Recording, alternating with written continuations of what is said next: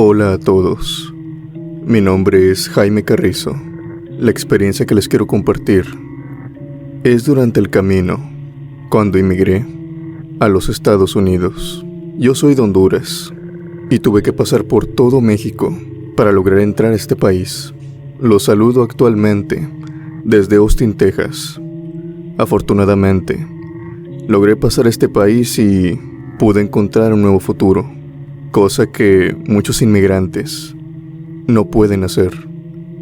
Esta experiencia es durante el camino. Como ya les dije, pasé por todo México. Y a pesar de ser un camino tan largo y tan duro, encontré en el camino muchas personas que me trataban a mí y a mi familia de forma muy buena, espectacular diría yo. Muchos nos ofrecieron comida, incluso hospedaje, en aquellas noches frías, cuando estábamos en la frontera. Éramos una caravana pequeña. Recuerdo que tal vez éramos como 17 o 21 personas las que viajábamos en grupo. Y en este grupo, obviamente, habían diferentes personas de diferentes edades. Niños, bebés, adultos y también adultos mayores. Sé que para algunos es difícil de creer que prácticamente ancianos quieran pasar a otro país, pero créanme, esto pasa.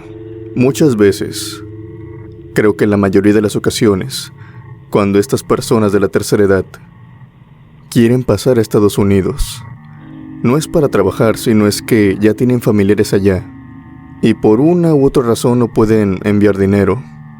Así que les piden a sus familiares, tal vez a los enfermos, tal vez a los ancianos, que ellos se vayan hacia allá, que pasen el país, para poder hacerse cargo de ellos en Estados Unidos. No sé si era el caso de estos ancianos. El caso es que yo veía al menos a 2 personas de muy avanzada edad con nosotros. Otras veces también puede ser el abuelito o el padre que solamente está encaminando al nieto o al hijo. El caso es que había una anciana que caminaba encorvada. Y justo cuando estábamos en la frontera, un grupo de tal vez activistas, personas que hacen actos de caridad, creo que de alguna religión, nos ofrecieron hospedaje. El hospedaje constaba de algunas carpas de campaña y un baño portátil, algo que créeme, se los agradecimos mucho. Recuerdo que esta anciana caminó y se posó a un lado del baño portátil. Creo que ya todos lo habíamos usado. Ahora solamente estábamos cenando. Cuando en eso mi hija me dice que quería ir al baño. El baño no estaba lejos. Incluso estaba a la vista, como a algunos 7 metros. Yo estaba con mi hijo pequeño y mi esposa también estaba con nuestro bebé. Así que le dije que fuera, pero que fuera con mucho cuidado, que nosotros le íbamos a estar vigilando desde aquí. Cuando mi hija fue, yo solamente mantuve la mirada hasta que ella llegó al baño, pero enseguida volvió. Yo le pregunté, ¿ya hiciste? Me pareció que había hecho muy rápido. Ella me contestó que no, que la anciana que estaba ahí la había corrido, que estaba ocupado. La verdad es que yo no quería tener problemas, así que solamente lo dejé pasar y le dije que esperara unos 5 minutos y volviera a preguntar. Dejamos que pasara unos 10 minutos incluso. Mi hija volvió a ir al baño y de la misma forma regresó. Me dijo nuevamente que aquella viejita no la había dejado entrar, que aún seguía ocupado. Ya para este momento, eso era mucho tiempo, por lo que a la tercera vez que fue mi hija, ya en compañía conmigo, esperamos como unos 10 minutos nuevamente, pero no vimos a nadie salir del baño. Lo que yo pensé es tal vez era una viejita de esas gruñonas, tal vez que estaba molesta con todos y se quería desquitar con los niños. Fui yo en compañía de mi hija. Y al llegar al baño, esta anciana no me dijo nada. Ella solamente estaba sentada en una silla de plástico y recargaba parte de su cuerpo En el baño portátil estaba toda caída, con los ojos cerrados. Mi hija entró, hizo lo que tenía que hacer y después salió. Y justo cuando cerró la puerta del baño, que hace un movimiento brusco pues es de plástico, el baño retumbó al cerrar la puerta. Y eso hizo que el cuerpo de esta anciana cayera, se desplomara hacia adelante, pero se escuchó muy pero muy sólido. La anciana ni siquiera puso sus brazos. Inmediatamente fui yo. Casi todos los que viajaban con nosotros se dieron cuenta de esto, se pusieron de pie. Yo levanté a la anciana, pero esta estaba fría, estaba dura, petrificada. La puse de nuevo en la silla y le pregunté: abuelita, ¿está bien? Le decía abuelita solamente como una forma de expresión, pues no conocía su nombre. Pero la anciana no me respondía. Todos se juntaron aquella noche. Todos vieron a la anciana, la tocaron, intentando reanimarla, pero nadie pudo. Ella había fallecido. Rápidamente vinieron los paramédicos. Para nuestra sorpresa, nos preguntaron por qué no habíamos llamado antes. Nosotros le contestamos que apenas nos habíamos dado cuenta. De hecho, yo le dije a una de las enfermeras y doctoras que vinieron que la señora se encontraba bien, que hace como unos 10 minutos mi hija había venido y había hablado con ella. Una de las doctoras me jaló y me preguntó exactamente a qué hora había visto hablar a mi hija con aquella abuelita. Yo le dije que no hace mucho, máximo unos 15 minutos. La doctora me dijo que eso era imposible, pues según los signos y el estado del cuerpo, aquella anciana llevaba sin vida por lo menos 1 hora y media.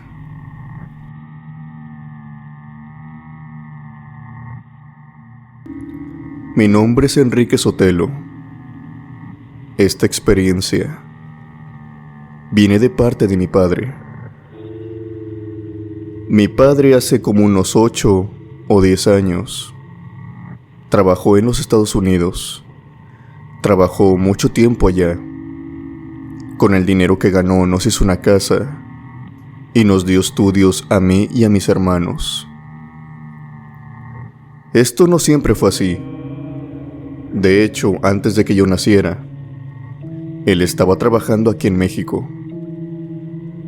Tenía un cierto temor a irse a los Estados Unidos, sobre todo por algunas ciertas historias que se contaban. No eran historias paranormales, no eran historias sobre fantasmas, sino historias prácticamente de tragedia. Algunos migrantes no lograban llegar a los Estados Unidos. Muchos de estos perecían, y todavía lo siguen haciendo, en el transcurso de este camino. Pero a pesar de esto, mi padre era amigo de otras personas que sí se habían ido, como popularmente se dice, de mojados. Ellos habían llegado a Estados Unidos y les había ido relativamente bien. Uno de ellos le había dicho a mi padre que había conseguido un muy buen trabajo y que no solamente eso era una buena noticia, sino que estos empresarios, que eran del campo, ocupaban a más personas, pero no querían meter cualquier persona, querían meter amigos o familiares de los mismos empleados que ya tenían. Por su parte, ellos no tenían ningún problema que estos empleados fueran de otra nacionalidad y no tuvieran documentos. Analizando la paga, mi padre vio que era una buena oportunidad, así que se alistó, ahorró dinero y comenzó con el viaje.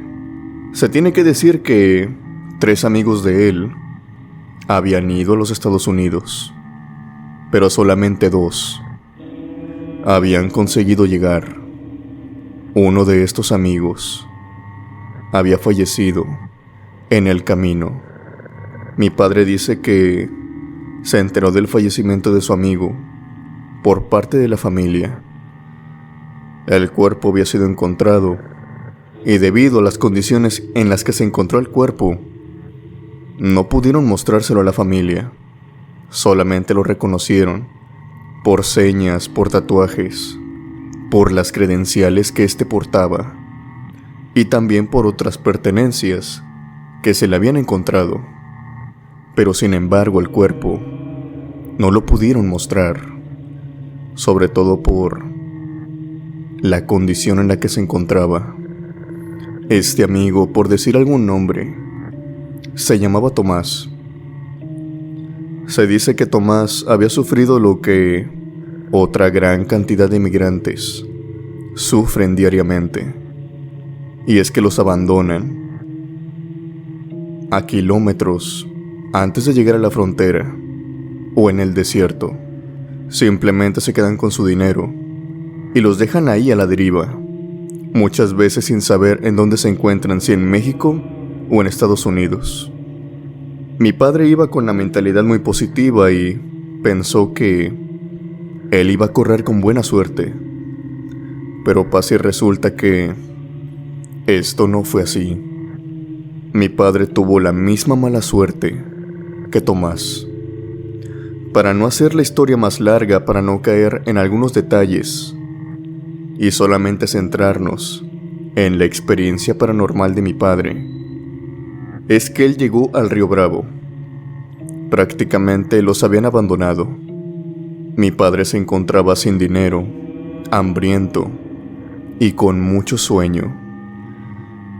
Él recuerda que no había comido cerca de 4 días, 3 días, y esos mismos días tampoco había dormido, tambaleándose, durmiéndose incluso por minutos mientras iba caminando, como si fuera sonámbulo.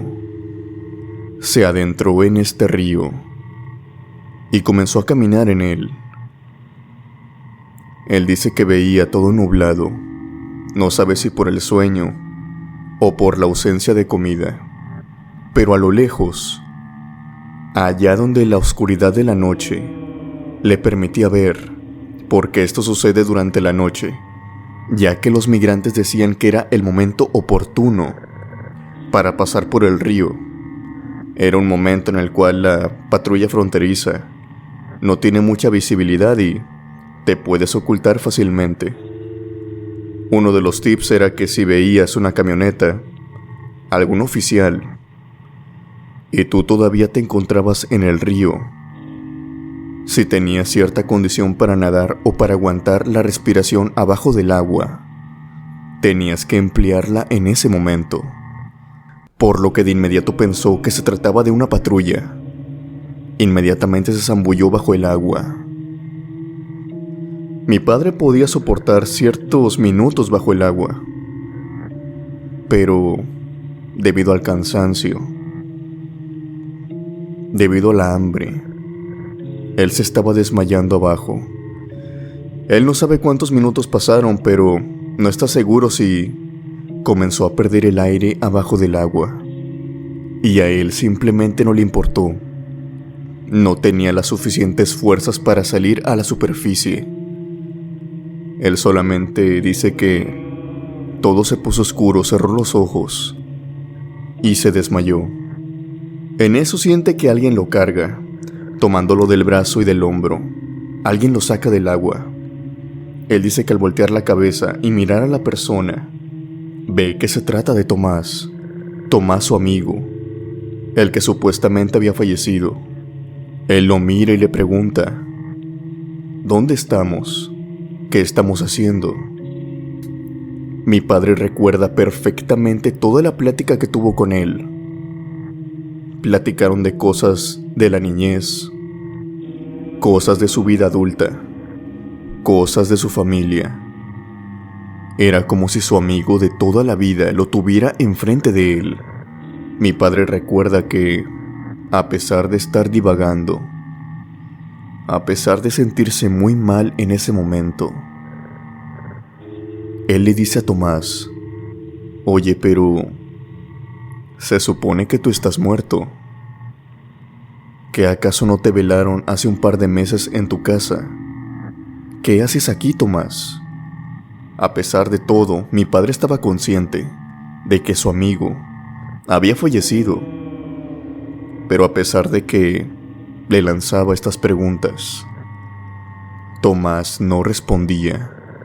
Simplemente se limitaba a cambiar de asunto o cambiar de tema. O se reía. Mi padre salió del río, caminó junto a él en el desierto. Iban caminando, iban charlando, en lo frío del desierto. Cuando en eso Tomás le da una pulsera que era muy característica de él. En esta pulsera llevaba un santo, el cual es San Judas Tadeo. Se la dio a mi padre. Y acto seguido siguieron platicando. Mi padre no recuerda en qué punto.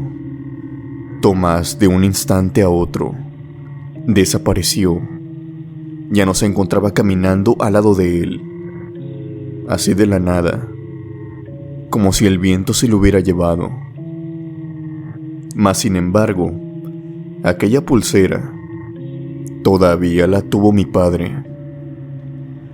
Él la guardó en una caja de madera que él portaba, una caja en la que guardaba ciertas cosas con llave. Esta llave era indispensable para abrir la caja. Mi padre metió la pulsera ahí para guardarla muy bien. Y al pasar el tiempo, esta pulsera igualmente desapareció. Afortunadamente mi padre llegó a su destino y con una historia sorprendente la cual contar. En aquel momento mi padre creyó que esto se trataba de un malentendido, de seguro debido a las condiciones en las que él iba. Había alucinado todo. Efectivamente, alguien lo había ayudado a salir, pero esa persona tal vez se trataba de un migrante, tal vez de otra persona que él no conocía.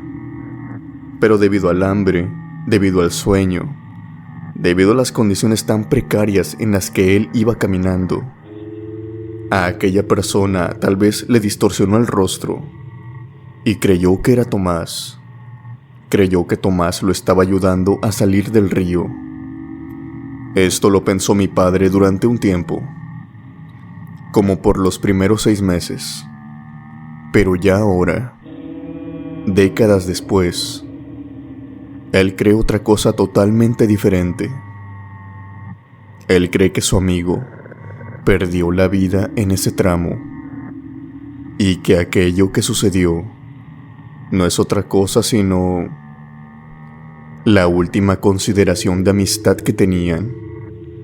Tomás lo ayudó a no perecer en el mismo lugar donde él lo había hecho, ya que según se dice, muchas almas no abandonan el lugar en donde fallecen.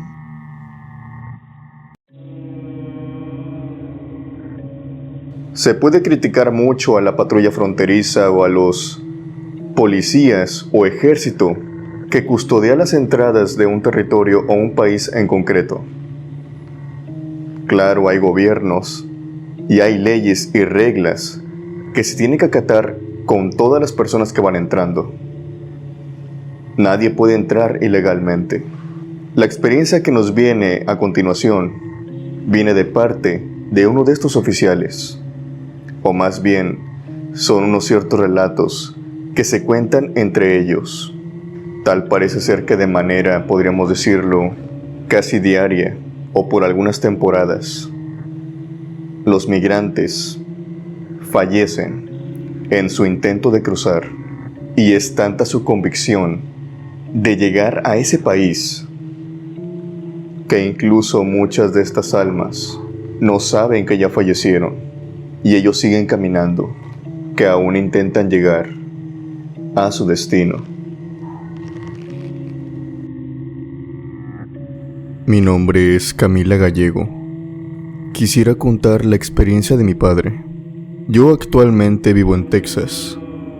Yo llevo las 2 nacionalidades, por así decirlo. Soy mexicana de parte de mi madre y estadounidense por parte de mi padre. Mi padre se dedica a ser policía fronterizo. Lo ha hecho por muchos años. Y quisiera contarles una de esas experiencias que él ha tenido a lo largo de esos años. Verán, hay ciertas cosas que dicen los policías fronterizos y también las personas que viven cerca de la frontera entre México y Estados Unidos. De más está decir que, de manera diaria o por ciertas temporadas, hay migrantes intentando pasar. Obviamente algunos de ellos, inexpertos, jóvenes, niños, familias, que por desgracia fallecen en el camino.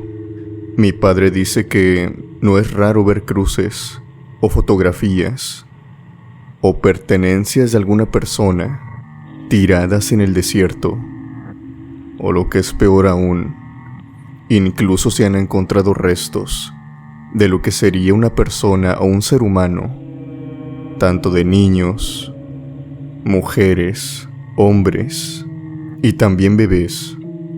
Es inevitable, y debido a esto, es que se crea una leyenda, o más allá de una leyenda, es un suceso que prácticamente todos en el cuerpo de policía fronteriza ven día con día, y es el siguiente.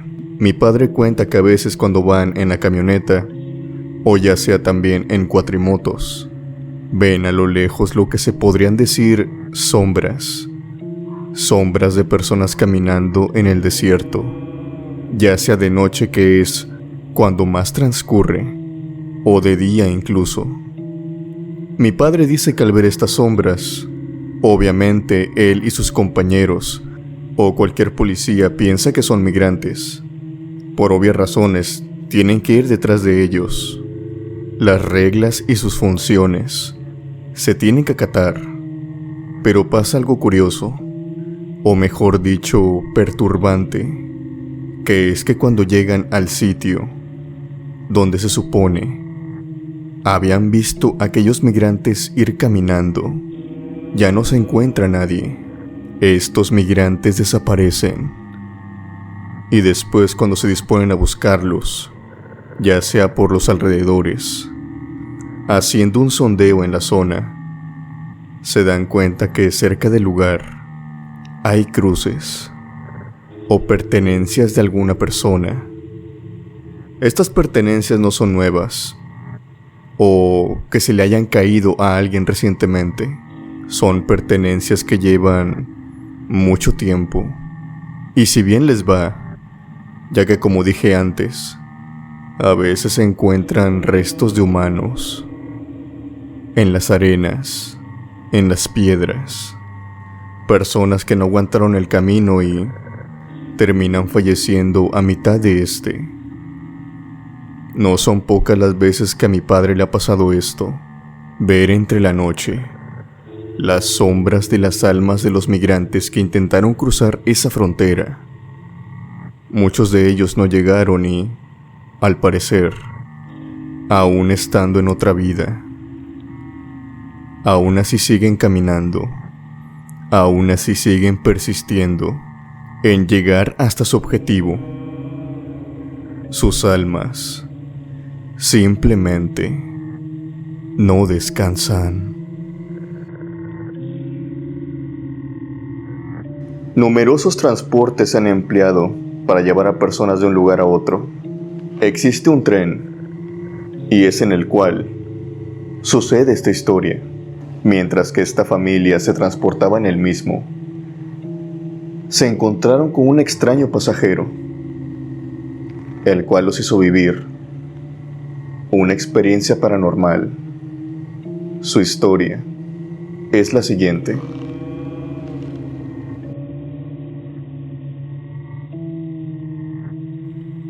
Mi nombre es Enrique Segura. Esta experiencia que les quiero compartir no es mía. Me la contaron hace mucho tiempo ya. Provenía de un migrante. Si bien lo conocí tan solo unas semanas, logré reconocer que cada vez que me la contaba, era 100% real. Su mirada cambiaba, su voz cambiaba, e incluso también comenzaba a temblar. Empezaré por el principio. Yo soy originario de Reynosa, y como sabrán, ahí los migrantes pasan para cruzar hacia el otro lado, hacia Estados Unidos. Muchos de ellos vienen de otros países: Guatemala, Honduras, El Salvador, etc. Como les digo, esto ya hace muchos años. Yo en ese entonces era un preadolescente de algunos 13 años, cuando mi madre junto conmigo nos encontramos a una familia de migrantes. Les voy a ser sincero, no recuerdo de qué país venían, pero su acento se me hace algo familiar al guatemalteco. El caso es que los encontramos y estos migrantes tenían hambre, habían tenido unos días pésimos e intentaban cruzar a Estados Unidos. Mi madre, siendo una señora muy acomedida y en especial tocándole mucho el corazón al ver que traían niños, ella se ofreció a alimentarlos. Le dio comida tanto a la pareja como a los niños, y después les ofreció su patio para que acamparan y para que durmieran un par de horas. Nuestra casa no era muy grande, así que cabían mejor en el patio. Esta familia estuvo ahí cerca de 2 semanas, y en esas 2 semanas nos contaron todo por lo que tuvieron que pasar, desde su país hasta este. Hubo una historia en concreto, la cual me dejó temblando, y es que es muy fuerte si te pones a pensarlo bien. Sucede cuando se encontraban de camino hacia acá. Hay un tren que en esos años estaba en funcionamiento, e incluso ahora, aún sigue estando en funcionamiento. Se le apoda La Bestia. Este tren transporta a muchos migrantes. De hecho, hay fotos tanto en Facebook, YouTube, Google, en donde pueden ver esto. Muchas familias, niños, abuelos, hombres, mujeres, viajan a bordo de este tren, cruzando gran parte de México, más en concreto el sur y parte del centro del país. Pues en este viaje, esta persona me cuenta que vivió esta experiencia. Aquí viene un dato perturbador que tal vez a la mayoría de las personas no les gusta escuchar, y es que algunos migrantes, familias completas o algunos jóvenes, adultos mayores, que no pueden con el viaje, que van cortos ya sea de comida, de dinero, quedan en el camino. Y al ser migrantes, al no tener papeles, simplemente se pierden. Esto pasaba incluso a bordo de La Bestia. Este hombre cuenta que era de noche cuando estaban siendo transportados por este tren. Algunas personas estaban dormidas, otras personas estaban despiertas, y con justa razón la brisa, el ruido del tren, el movimiento del tren con las vías. Algunas personas no pueden dormir con eso, y más aún pensando en los problemas con los cuales cargan. Este hombre pensó que toda su familia venía dormida. Él estaba sentado, viéndolos, con la brisa del aire y la luz de la luna. Y en eso le llama la atención una voz. Esta voz provenía de atrás de él. Era una voz cálida, una voz baja, pero muy amigable. Al voltear, esta persona dice que ve a un hombre de algunos 50 y tantos años. Estaba acostado en el frío hierro. Su cuerpo estaba muy delgado. Si bien traía ropa puesta y esta ropa le cubría casi todo su cuerpo, se podía ver, por lo holgada que estaba y por sus dedos, que este señor estaba en una pésima condición. Pero a esta persona no se le hizo raro.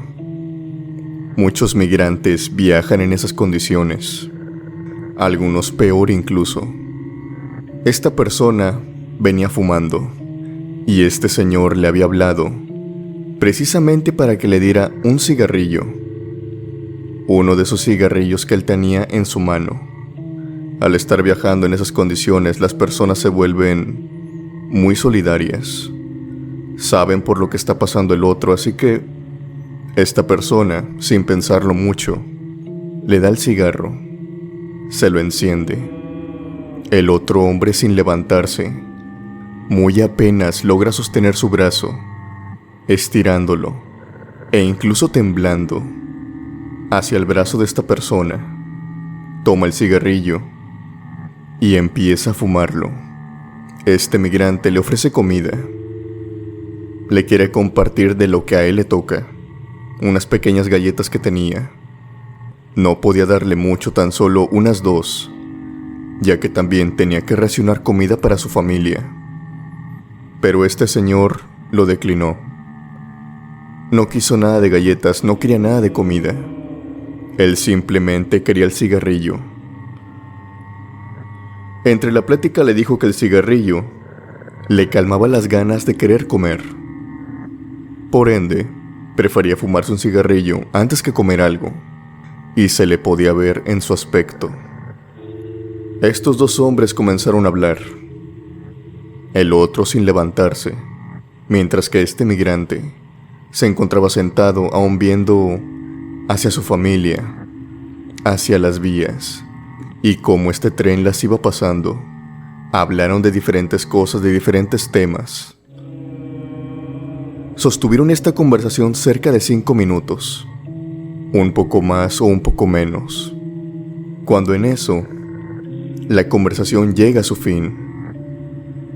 No es que la hayan cortado, simplemente llega a su fin. Ambos se quedan callados, pero por fracciones de segundos, ya que la hija de esta persona se levanta, y obviamente este migrante le presta atención, le pregunta que si no puede dormir o tiene pesadillas. Pero la niña no tiene nada de eso. De hecho, su hija le dice que ella no ha podido dormir en toda la noche. Acto seguido se levanta también su mujer y le dice lo mismo. Las dos estaban acostadas, pero no podían conciliar el sueño. Simplemente estaban acostadas, y ambas se habían levantado porque habían escuchado a este hombre hablar. Su esposa le preguntó que con quién estaba hablando, y él de inmediato le explica que estaba hablando con la persona de atrás, que era un buen tipo e incluso habían compartido cigarrillos. Pero su hija se suma a la conversación en este momento y le dice: papá, pero tú no has estado hablando con nadie. Yo te he estado observando. Estoy acostada, pero estoy viéndote. La hija tenía 13 años en ese entonces. Estaba acostada, pero estaba acostada en dirección hacia el padre. Lo estaba viendo. La esposa, por otro lado, ella estaba acostada en sentido contrario. Las dos habían escuchado a este padre hablar, pero no habían escuchado quién le había respondido. La hija le dice: mira papá, yo te vi y te escuché, pero solamente a ti. No vi a nadie más. Ese hombre de ahí no se ha movido y no ha pronunciado ni una sola palabra. Yo los estoy viendo a los dos. Esta persona, este migrante, empieza a discutir con ellas dos.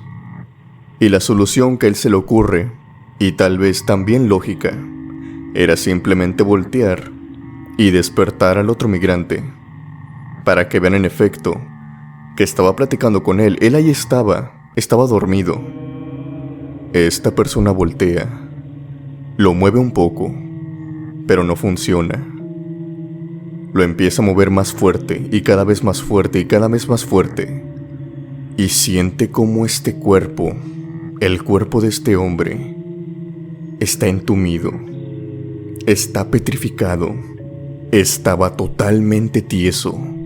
Esta persona lo sigue moviendo. Trata de despertarlo, pero se da cuenta al pasar los minutos. Se da cuenta al empezarle a tocar la cara. Esa cara fría, petrificada. Esa persona no se iba a mover. Esa persona había fallecido. Y no recientemente. Llevaba ya un buen rato sin vida, por las condiciones en las que lo vieron. Obviamente esta persona, como haría todo padre de familia, como haría todo esposo, tomó a su familia, tomó a su hija, a sus niños, a su esposa, y caminaron más vagones hacia adelante. Encontraron un poco de espacio y se acomodaron. Dejaron aquel cadáver de algún migrante que había fallecido en aquel tren. Siendo sinceros, ellos dicen que no podían hacer nada. Aún faltaba mucho para llegar. Y no era la única persona que de seguro perdería la vida aquella noche. Esta persona me dice que aquel señor, aquel sujeto, perdió la vida debido al hambre, o tal vez a algo parecido. Su aspecto, según él describe, era cadavérico, y a pesar de que pasen los años, esta persona dice que jamás va a olvidar aquella noche en la que habló con un muerto.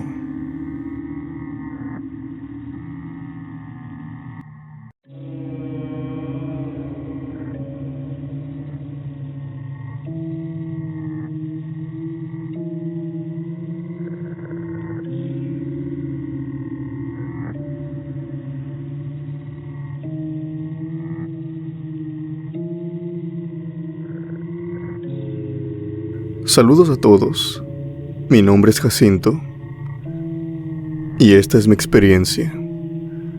Tiene algo de tiempo que me sucedió. Ya soy un hombre casado y esto me pasó cuando yo era apenas un joven de 22 años. Soy el menor de la familia. Soy el hijo más chiquito, por así decirlo. Toda mi vida viví con mis hermanos. Y conforme pasaron los años, uno a uno, se fue yendo a los Estados Unidos para tener una mejor calidad de vida. Al final de todo, yo me terminé quedando con mis padres. Y después ellos fallecieron. Debido a que yo estaba solo, mis hermanos me invitaron a irme a los Estados Unidos con ellos. Obviamente por ser ilegales. No podían venir por mí. Tenía que irme yo. El costo para pasar allá es muy caro. Recuerdo que yo tuve que trabajar en 3 diferentes empleos para ahorrar lo suficiente para pagar por lo menos a un pollero decente que me pudiera llevar hasta el otro lado. Para mi suerte, mis hermanos también habían pensado en mí y me habían enviado dinero y me habían recomendado un pollero que, si bien costaba mucho, era casi un hecho de que me iba a pasar a los Estados Unidos. Yo había trabajado mucho, Alex. Demasiado. Estaba agotado, con ojeras, pero muy impaciente y feliz de ver de nuevo a mi familia, aunque sea en un país diferente.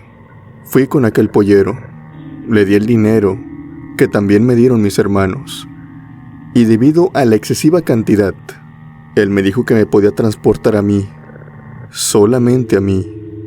Me dijo que eso tenía muchos pros, no tenía que lidiar con más personas. Además de que, al solamente pasarme a mí, sería una manera más discreta de evitar a los agentes federales. Yo acepté. Me dijeron que me iba a pasar durante la noche. Estos polleros usaban un tipo de convoy. Eran 4 camionetas. Y a mí me pusieron en una vacía. Recuerdo muy bien cuando entré, que estaba completamente vacía. Tenía varios asientos que iban de un extremo a otro y hasta el final de la caja. Me subí ahí y este hombre me dijo que en el trayecto traería una rendijilla que estaba colocado en una de las puertas, abierta, de modo que así podía pasar el aire sin ningún problema, pero que en el transcurso más peligroso, en el transcurso donde pudiera ser que lo detuvieran, la iba a cerrar completamente, más que nada para evitar que lo detengan, evitar miradas hacia adentro. Yo le dije que no había problema. Este pollero me dijo que solamente me lo decía porque no quería que me asustara cuando cerrara la rendijilla. Pero eso se lo decía a todos los grupos de migrantes que transportaba en esa caja. Él me explicó que conmigo, pues, no era un problema, porque solamente era yo. Pero que cuando era un grupo grande, les decía que tomaran aire fuerte o que respiraran lo más lento posible, porque al cerrar la rendijilla, el oxígeno prácticamente es inexistente y no puede abrir la puerta hasta pasar aquel tramo. Las personas con los pulmones más débiles eran las que peor lo pasaban. Y pese a que yo le pregunté si había habido algunas víctimas debido a la asfixia de la camioneta, a la asfixia de aquella caja, él me dijo que no. Pero yo estoy muy seguro de que sí hubo. Son personas prácticamente que a nadie le importa. Personas desesperadas que si desaparecen en un territorio el cual no es el suyo, no tienen forma de encontrarlos. Yo iba con miedo a esto. Me subí a la caja, la cerraron y me transportó. Como yo te dije anteriormente, Alex, había trabajado mucho, pero mucho, para lograr conseguir este pasaje. Y pese a que iba con miedo y alerta de todo lo que podría pasar en el camino, el cansancio pudo más y me dormí en el trayecto. Cuando desperté fue porque me topé con mi hombro, con algo suave. De esas veces que tú te vas durmiendo y sin querer, pues te caes, por así decirlo, hacia un lado. Y topé con algo suave, con un hombro de una persona. Me levanté enseguida y vi que aquella rendijilla ya se encontraba cerrada. La única iluminación que entraba a aquella caja, de vez en cuando, eran las luces de los automóviles, cuando aluzaban aquellas pequeñas rendijitas que tenía la puerta. El miedo se apoderó de mi cuerpo, más que nada porque no sabía por dónde iba. Cuando abrí mis piernas, cuando quise estirarme después de la siesta que había tenido, toqué que a ambos lados de mí iban personas. Una vez que mi vista se fue acoplando a aquellas tinieblas, a aquella oscuridad absorbente, que muy poco veía, he de decir, pude observar que no venía solo. La caja iba llena. Habían muchas personas conmigo, niños, bebés, adultos, mujeres. Yo lo que pensé, bueno, este pollero de seguro me engañó. De seguro tenía otros migrantes por los que pasar y simplemente lo subió. No tenía por qué quejarme, mucho menos con esas personas que pueden ser peligrosas. Seguí sentado, pero casi de inmediato, como un recuerdo fugaz, se me vino a la memoria aquello que había dicho este pollero, que una vez cerrando la rendijilla, el oxígeno es casi inexistente y se acaba minuto a minuto. En ese momento, tomé aire, con mi nariz, con mi boca, y trataba de respirar lo más lento posible. No fue mucho tiempo el que estuve ahí, pero debido al cansancio nuevamente, me terminé durmiendo. Al final de cuentas, me despertaron, con 2 fuertes toques en el pecho, toques de dedos. Al parecer ya había llegado, y yo era el único que se encontraba adentro de la caja. Pensé que los demás migrantes, pues, ya habían salido. Salí de la caja y abajo de esta se encontraba el pollero, el cual, entre risas, me preguntó: ¿disfrutaste el camino? Vi que venías bien dormido cuando cerré la rendijilla, y ahorita que abro la puerta, igual sigues dormido. Apuesto a que ni siquiera lo sentiste, ¿verdad? ¿Quién como tú? Muchos quisieran cruzar así la frontera. Yo, algo entre sueño, tallándome los ojos, le contesté: pues sí, he trabajado mucho, y pues tengo sueño, estoy cansado. ¿Y los demás migrantes? ¿Dónde están? Él me dijo: el trato era que yo te iba a traer aquí, y de aquí tú te ibas a ir a una estación que tus familiares te han dicho. No te llevé a la casa de los migrantes, pues, porque vienes tú solo. ¿De cuáles migrantes me estás hablando? Cuando era una cantidad fuerte de migrantes, este pollero los llevaba a una casa en particular, ya que no podía dejar personas así en la calle. Se vería muy obvio. Y yo ya estaba en una calle, con personas pasando en una banqueta, autos, claxon, negocios. Era cierto. Incluso mis familiares me habían platicado respecto a esta casa. Entonces yo le dije: a mí me trajeron aquí, y a los otros migrantes se los llevaron a la casa, porque yo no venía solo. Tú subiste personas cuando estaba dormido. El pollero se me queda mirando y me dijo: no, muchacho, tú viniste solo todo este tiempo. No subimos a nadie. Que tengas buen viaje. Yo me quedé pensativo, mientras que el pollero junto con 2 hombres cerraban aquella caja. El pollero se iba en su camioneta y los otros 2 hombres en un auto. Por suerte conseguí llegar con mi familia y todo estuvo bien. No tuve problemas ya después. Por suerte logré cruzar la frontera sano y salvo. Lo que yo creo, Alex, es que lo que vi dentro de aquella caja no eran personas vivas.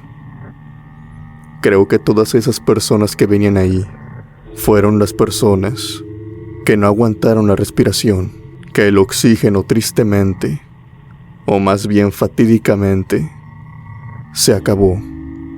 Pues no son pocos los casos de polleros que abandonan a migrantes, o que si bien llegan a su destino, llegan sin la mitad de estos. Y por decirlo, sin la mitad de estos, me refiero a sin vida, ya que esas cajas, si bien te aseguran entrar a los Estados Unidos, no te aseguran que llegues con vida. Si van demasiadas personas, el oxígeno tiende a acabarse muy rápido. Creo que aquellos que viajaron conmigo, tristemente, se les acabó.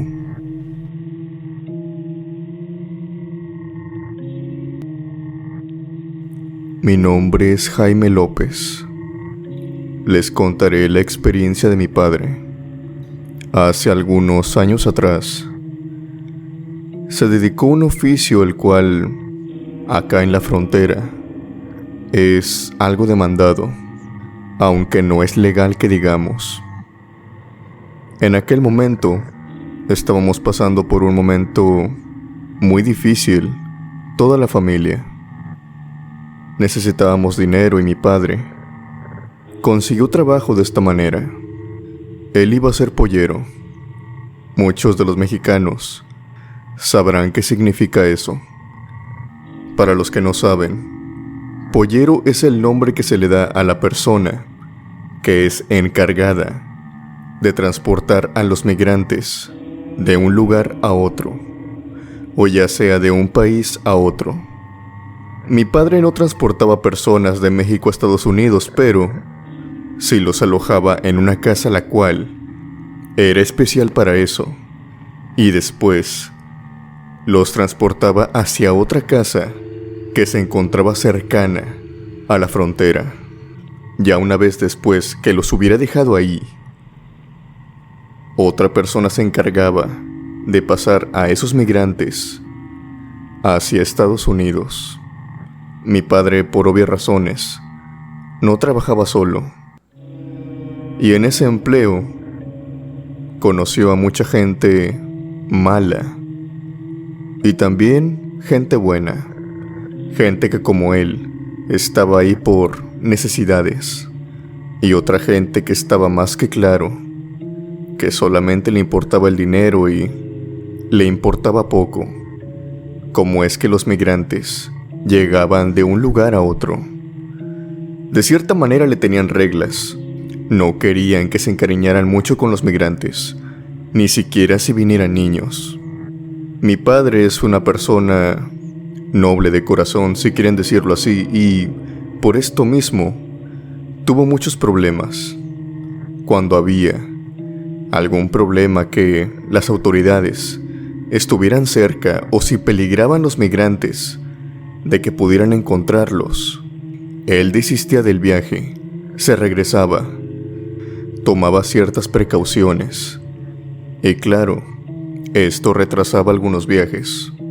Pero así como mi padre, que era una persona muy consciente que lo que transportaba eran seres humanos, eran familias, hay otras personas que eso no les importa.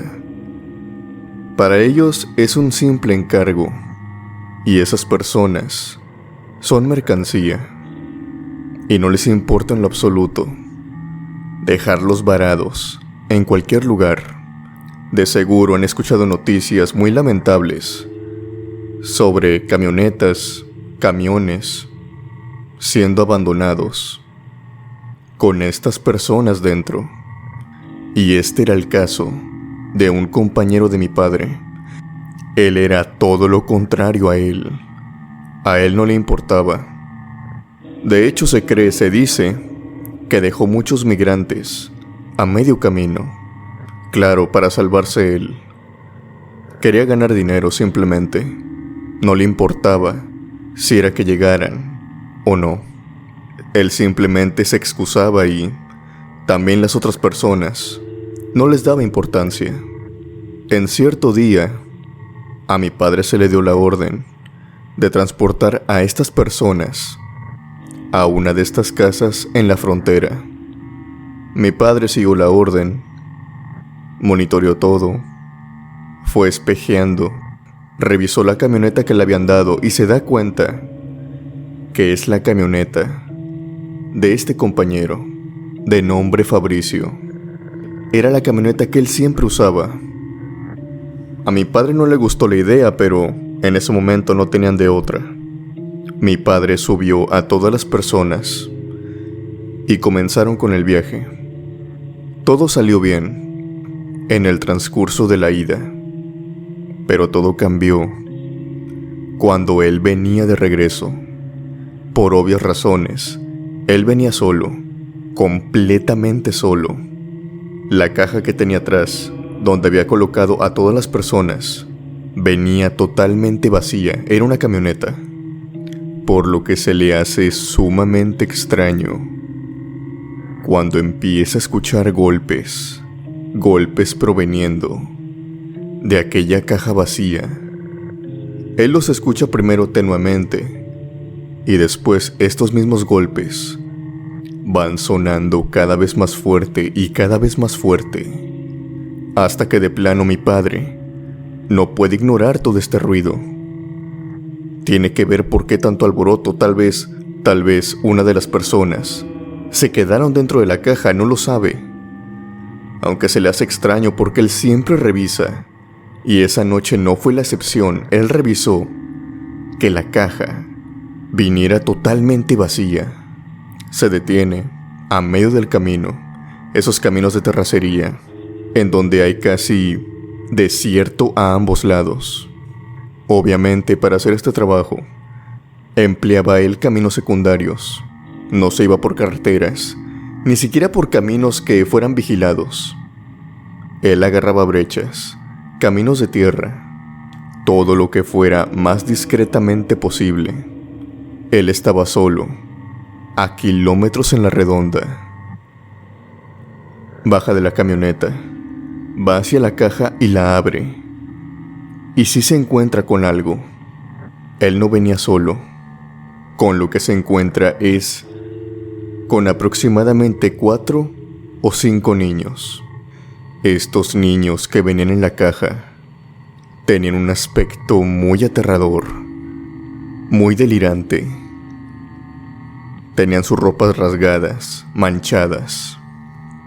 Su piel era azul, pero el detalle que más lo sorprendió, el detalle que lo dejó perturbado por esa noche y por mucho tiempo después, es que estos niños, al voltear a verlo, al llamar su atención con la linterna de mi padre, él pudo ver que estos niños no tenían ojos, ni siquiera tenían dientes ni lengua, porque estos niños voltearon y le sonrieron. No tenían ojos, solamente tenían cuencas, y al sonreír, solamente mi padre vio unas encías y absoluta oscuridad adentro de su boca. Mi padre, alterado, deja la caja abierta, no tuvo el valor y no estuvo lo suficientemente concentrado para cerrarla. Él simplemente corrió hacia la camioneta, la encendió y empezó la marcha. Aceleró a más no poder, mientras que aquellos golpes seguían sonando y seguían sonando atrás de él. La caja era de metal. Por obvias razones se podía distinguir muy bien el golpe de las palmadas. Mi padre no se detuvo hasta que llegó a esta casa. Se bajó totalmente pálido. Incluso él no tuvo que decir nada porque sus compañeros, tan solo al verlo, aquellos campesinos, aquellos rancheros, le preguntaron qué pasó. ¿Pasó algo malo con el paquete? ¿Tuviste problemas? ¿Te agarró la policía? Pero nada de eso. Mi padre simplemente en ese momento no podía articular ninguna palabra. Él solamente le señalaba una y otra vez la caja. Obviamente sus compañeros fueron y vieron que se encontraba abierta. Pero cuando la registraron, no vieron nada. No había nadie dentro de ella. Mi padre, después de esto, se rehusó firmemente a usar de nuevo aquella camioneta. Él sabía que Fabricio había hecho algo malo, ahora lo perseguía, y que había dejado, por así decirlo de alguna manera, aquella camioneta maldita en la cual estos niños siempre habitan. Era demasiada casualidad. Los niños, nadie había tenido una experiencia similar. En ninguna camioneta había pasado algo parecido a esto.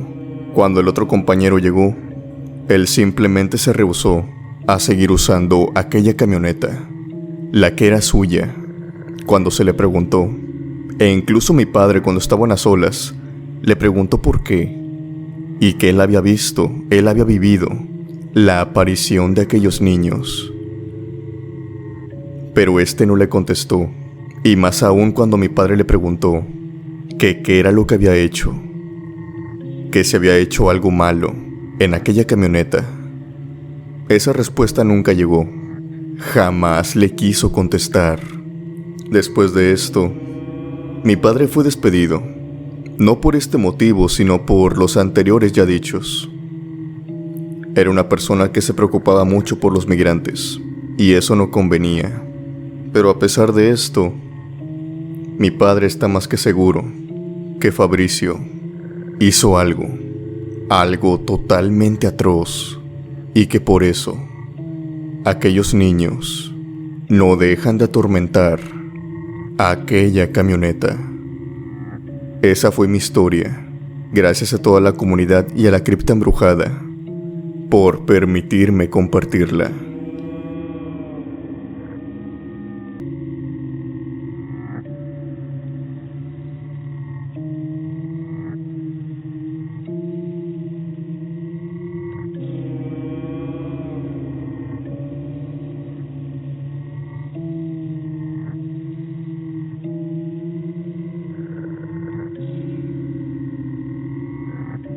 Hola, mi nombre es Rodolfo Acuña.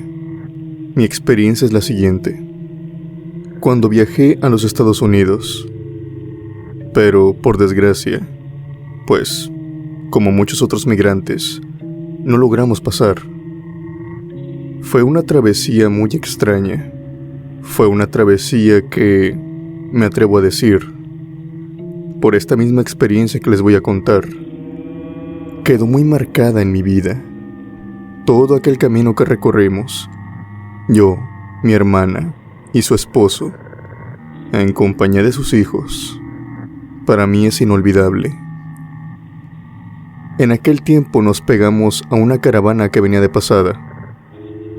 Yo y mi hermana somos de México, y éramos de una zona muy remota, donde casi no hay oportunidades de trabajo. Eso hasta que nos mudamos a zonas más urbanizadas, donde nos fue mucho mejor. Pero en ese tiempo creíamos que la salida, pues evidentemente era Estados Unidos. Nos pegamos a aquella caravana. Caminamos entre aquel montón de gente. Creo que por lo menos serían algunas 70 o algunas 80 personas. En un cierto trayecto, tuvimos que atravesar un monte. No atravesarlo, ir solamente por la carretera, obviamente a un lado, para que los trailers, los camiones, los autos, pues no pasaran encima de uno, ya que nos había agarrado la noche y teníamos que seguir caminando. Varios de los migrantes recuerdo que habían puesto cintas amarillas, esas que reflejan la luz, más que nada para señalar que íbamos caminando por ahí y que los autos pues nos vieran. Durante varios puntos del trayecto, yo perdí de vista a mi hermana y también a su esposo y a sus hijos.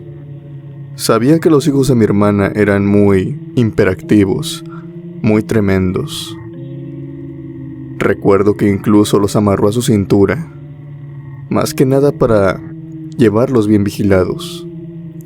Yo en ese entonces tenía 20 años, y tanto mi hermana como su esposo como yo traíamos teléfonos celulares, nada ostentosos, ese tipo de teléfonos que solamente son para llamar, mandar mensajes y poco más. Cuando yo los perdí de vista, la verdad es que no me alteré. Sabía que era algo que tenía que pasar, pero a pesar de esto, yo iba muy alerta, ya que sabía muy bien que mis sobrinos, tal vez por descuidados, tal vez por la energía que traían, se le perdían a mi hermana. Había sucedido en unos cuantos viajes y tenía miedo de que pasara precisamente en ese momento. Yo iba por el lado del monte, caminando, sumergido en mis pensamientos, hasta que de frente a mí, una señora de algunos 40 y tantos, que iba en compañía de otra mucho más joven, estaban platicando y estaban diciendo que de quién era ese niño, aquel niño que iba solo, caminando entre el monte, casi a la misma distancia que nuestra caravana. Iba con mochila, iba con una gorra, pero era un niño de algunos 10 años. La maleza le llegaba incluso al hombro. Solamente se podía ver su gorra, su cabeza, y parte de sus hombros y su pecho. Yo volteé, meramente por curiosidad, Alex, y vi que era mi sobrino. El corazón se me aceleró de inmediato. De lo que tenía tanto miedo, finalmente ocurrió. Pero de cierta manera, a pesar de estar asustado, me encontraba también aliviado, pues, sin querer queriendo, lo había encontrado. Apuesto a que mi hermana estaba asustada, exaltada, buscándolo entre las personas. Fui de inmediato con él.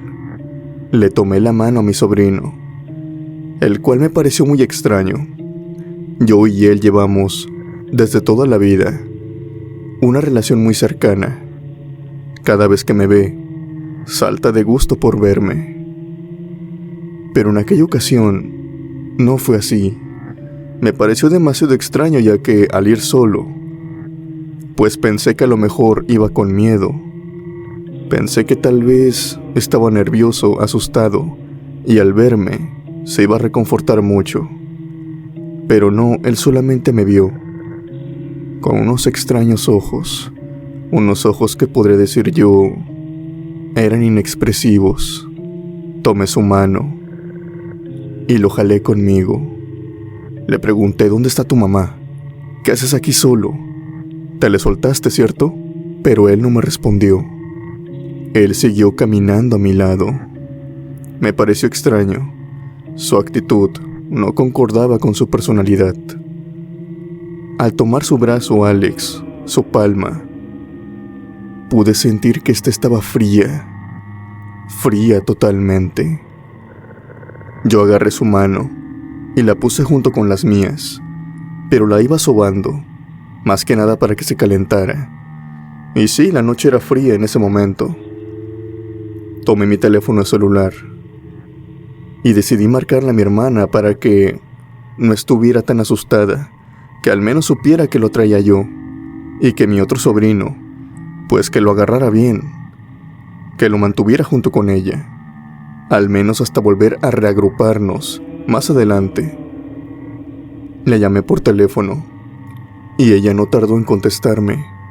También iba muy al pendiente. Tan pronto como ella me contestó, le dije: ya cálmate, ya no te asustes, viene conmigo. Ella me contestó muy relajada y prácticamente sin saber lo que pasaba. Me dijo: ¿cómo? ¿Quién viene contigo? Yo le dije: mi sobrino. Se te escapó, ¿no?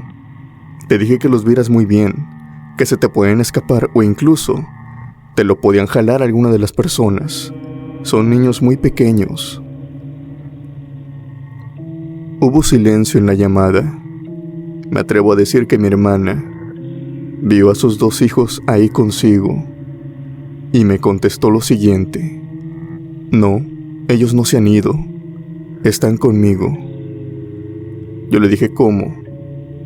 Pero yo traigo a uno de la mano. Mi hermana de nuevo se tardó unos minutos en contestarme, para decirme de nuevo: no, los dos están conmigo. Están aquí a mi lado. ¿A quién traes de la mano? En ese momento yo volteo y jamás se me va a olvidar lo que vi. No puedo decir qué es, pero puedo decir que era como una cabra con mucho pelo. Yo digo que era una cabra porque los cuernos que le salían eran muy parecidos a los de una cabra. Además de que lo que yo sostenía en mi mano ya no era una manita de un niño, era una pezuña como la de una cabra. Inmediatamente la solté, e inmediatamente esta se comenzó a reír, pero a reír de una manera, no como la que haría un animal, no como la que haría alguna cabra, de una manera muy humana. Se empezó a reír de una manera demente. No podía ver muy bien qué es debido a su pelo, que se extendía hasta caer a ambos lados de su cuerpo. Lo que sí te puedo decir es que se movía a 4 patas. Inmediatamente cuando la solté, corrí de nuevo hacia la carretera, porque para este momento yo seguía caminando entre el monte, a una distancia como de algunos 7 o 9 metros de la carretera, de donde iban los migrantes caminando, mientras que ella también corrió, pero a internarse nuevamente entre los árboles y el monte, y se perdió en pocos segundos. Yo llegué de nuevo con la caravana, hiperventilando, totalmente asustado, agarrándome el corazón. Varios de ellos me ofrecieron ayuda, y la verdad es que sí me ayudaron mucho. Cuando volví a encontrarme con mi hermana, no le platiqué, al menos en primera instancia, lo que había vivido. Fue hasta tiempo después. Lo que yo creo que pasó aquella noche fue que me encontré cara a cara con lo que se llama popularmente un nahual.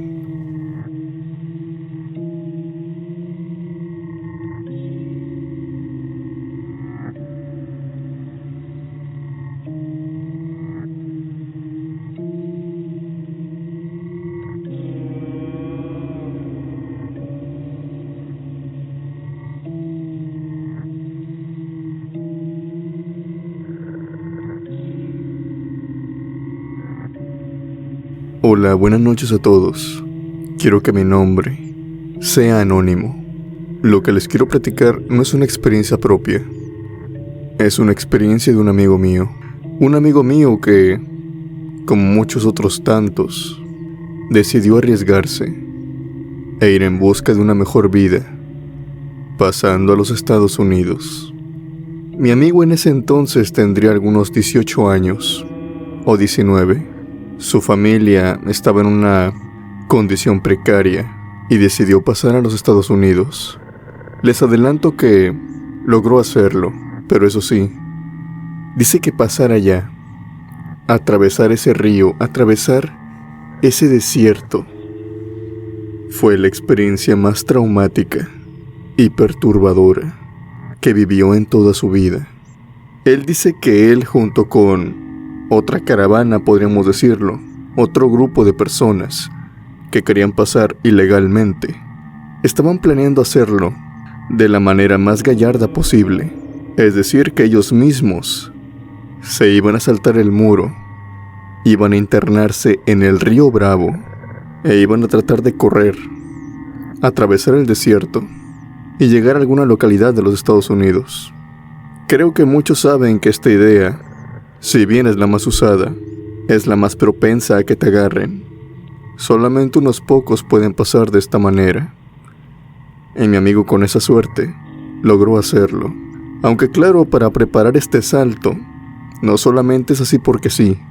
Todos en ese grupo tenían contemplado, sabían muy bien que muchos, gran parte de ellos, no iban a poder lograrlo. La única manera era de tener carnada. Pero claro, ¿quién de ellos iba a arriesgar a hacer la carnada? Todos quieren pasar, así que no tenían de otra. Resolvieron que a una hora en específico, todos iban a saltar el muro e iban a internarse en el río. Sabían exactamente que en ese momento los agentes federales iban a ir tras ellos. Pero si todos saltaban al mismo tiempo, desorganizados, disipados, no todos juntos, sino que en diferentes puntos, si bien iban a atrapar a la mayoría, iban a haber unos cuantos que sí iban a conseguir pasar. Obviamente por eso estaban planeando saltar todos, pero desbalagados, dispersados en todo el terreno. Mi amigo dice que quedó con un grupo de adolescentes más o menos de su misma edad, que iba de los 18 a los 20 años, que iban a saltar juntos, al mismo tiempo. Pero los engañó. A la mera hora, mi amigo decidió saltar casi aproximadamente 20 metros alejado de ellos. Se internó en el río e incluso aguantó la respiración ahí durante unos minutos. Quiero destacar que todo esto se hizo durante la madrugada, ya que a esa hora, a pesar de que los agentes fronterizos tienen tecnologías para la visión nocturna, es más probable que no te agarren a comparación del día. Mi amigo mantuvo la respiración ahí. Después salió del río y fue arrastrándose entre toda la hierba, las piedras, el lodo, y continuó arrastrándose, según él dice, durante varios minutos. Él escuchaba a las patrullas.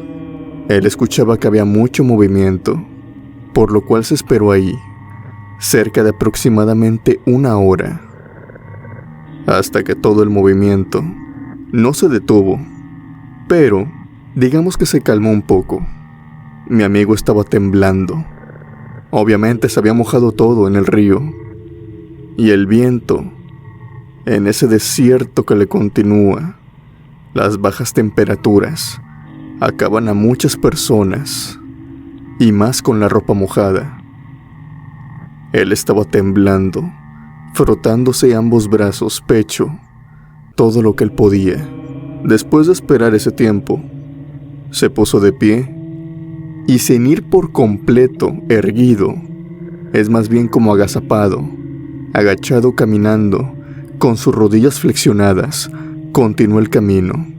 Él iba viendo las carreteras, iba viendo los caminos, y él sabía muy bien que se tenía que mantener alejado de aquellas huellas que había en la tierra de las camionetas de los agentes.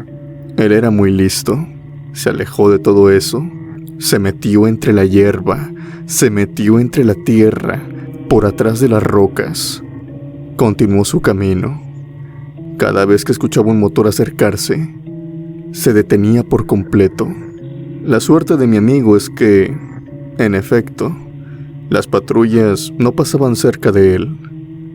Pero por el camino, casi inmediatamente, se empezó a encontrar pertenencias de personas que habían pasado por ahí. Carteras, bolsos, ropa, diademas, juguetitos de niños.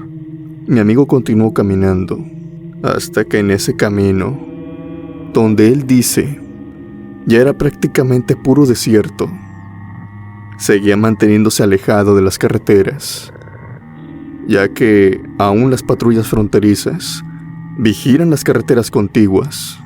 Empezó a encontrarse con huesos humanos, de personas que simplemente habían fallecido ahí.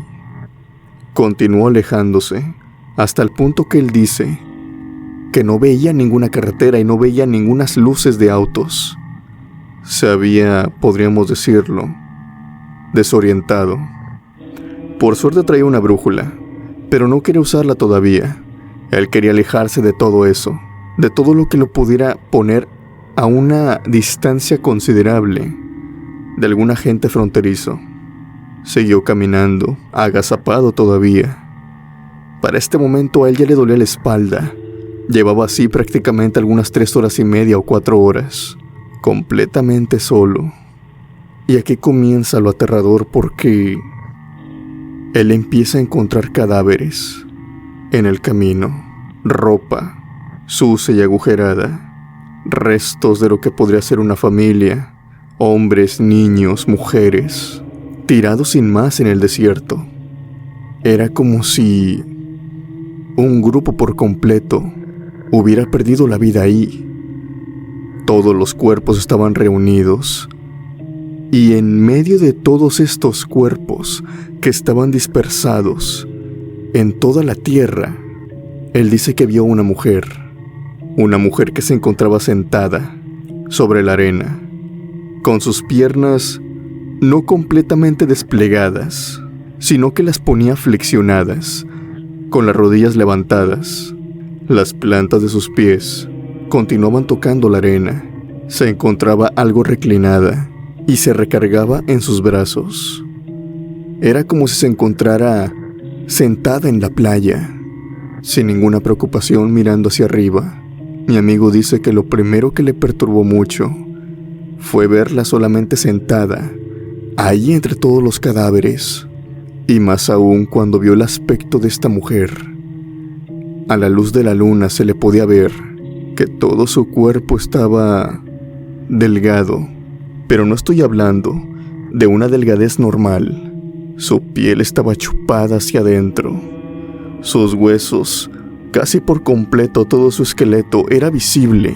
Su piel era solamente como de papel, una cosa que se encontraba pegada a sus huesos, que solamente la cubría. Esta mujer se encontraba sin ropa, solamente con un velo que tapaba parte de su pecho. Solamente portaba con una especie de tela, algo grisácea y manchada, que solamente tapaba parte de su pecho, su torso, su pecho, su cintura, y nada más que eso. Su cara, al igual que todo su cuerpo, era básicamente una calavera recubierta de piel. Sus ojos estaban oscuros, incluso en la oscuridad de la noche. Eran muy visibles para mi amigo, pero él no tenía de otra. Tenía que pasar cerca de ahí, y fue a la par de que iba caminando, acercándose a esta mujer, que pudo verla mejor con cada paso que se aproximaba. Esta mujer dejó de ver el cielo para verlo a él fijamente. Ella le sonrió, una sonrisa francamente que él dice era muy perturbadora, No porque le sonriera extraño, sino porque básicamente su cara era una calavera. Sus labios estaban tan delgados y sin carne que a través de la piel se le podían ver los dientes. Es una mujer que no debería de estar con vida debido al estado en el que estaba. Y como si nada, esta mujer le preguntó a mi amigo: ¿para dónde vas? Él no le contestó. Siguió agazapado caminando, para que solamente segundos después esta mujer le dijera: no te preocupes, vas a pasar, sigue caminando, tú no vas a fallecer aquí. Mi amigo solamente lo que hizo fue detenerse, girarse a donde estaba aquella mujer y decirle gracias. Tal vez le estaba echando ánimos. Probablemente la mujer también pensó lo mismo, porque ella le dijo: no te preocupes, no te lo digo para reconfortarte, aún no es tu hora, y no está ni cerca de serlo. Cuando lo sea, te voy a ver de nuevo. Mi amigo continuó caminando, y pese a que le costó mucho esfuerzo y horas caminando, logró llegar a su objetivo, con ropa mojada, que ahora ya estaba seca y se le había pegado a la piel, provocando algunas heridas. No pudo, en todo el camino, olvidarse de la apariencia de esta mujer, olvidarse de su presencia, aquella presencia que le transmitía un frío y escalofrío horribles. Él dice ahora que ya ha vuelto a México algunas veces, que lo que vio aquella noche, en un principio pensó que tal vez era una mujer moribunda, luego pensó que era una bruja, pero fueron las últimas palabras que esta mujer le dijo que tal vez le dieron la respuesta. Además de que esa mujer se encontraba sentada entre todos los cadáveres y parecía no importarle, incluso parecía que estaba cómoda. Mi amigo cree que aquella noche a la que vio fue a la mismísima muerte.